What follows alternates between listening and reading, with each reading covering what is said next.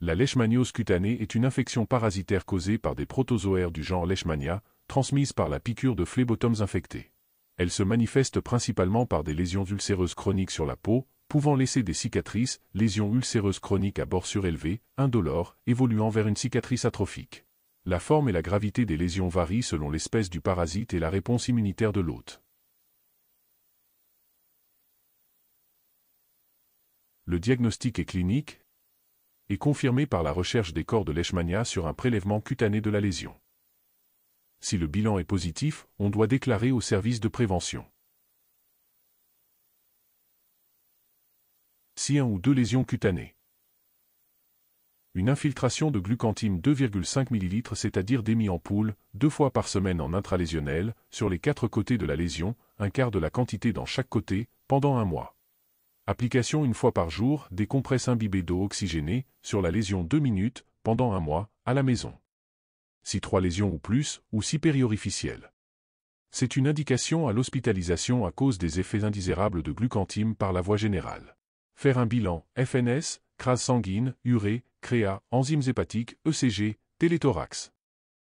Le traitement pour l'adulte. La dose est de 60 mg par kg par jour, en intramusculaire, avec des doses progressives.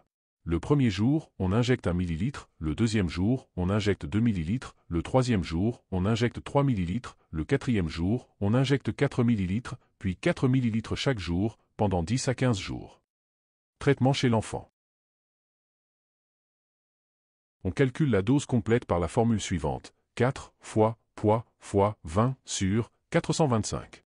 Le premier jour, on donne un quart de la dose complète, le deuxième jour, on donne un demi de la dose complète, le troisième jour, on donne 3/4 de la dose complète, le quatrième jour, on donne la dose complète, puis la dose complète chaque jour, pendant 10 à 15 jours.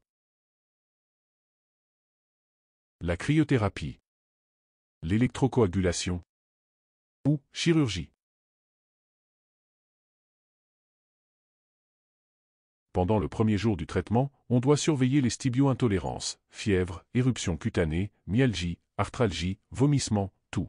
Si présence de ces signes, il faut un avis d'un infectiologue, pour soit diminuer la dose ou changer le traitement. Après le début du traitement, 4e jour et plus, on doit surveiller la survenue des stibio-intoxications, pancréatite, hémorragie, anomalie hématologique, perturbation du bilan hépatique ou rénal. Si présence de ces signes, il faut arrêter le traitement avec un avis infectieux.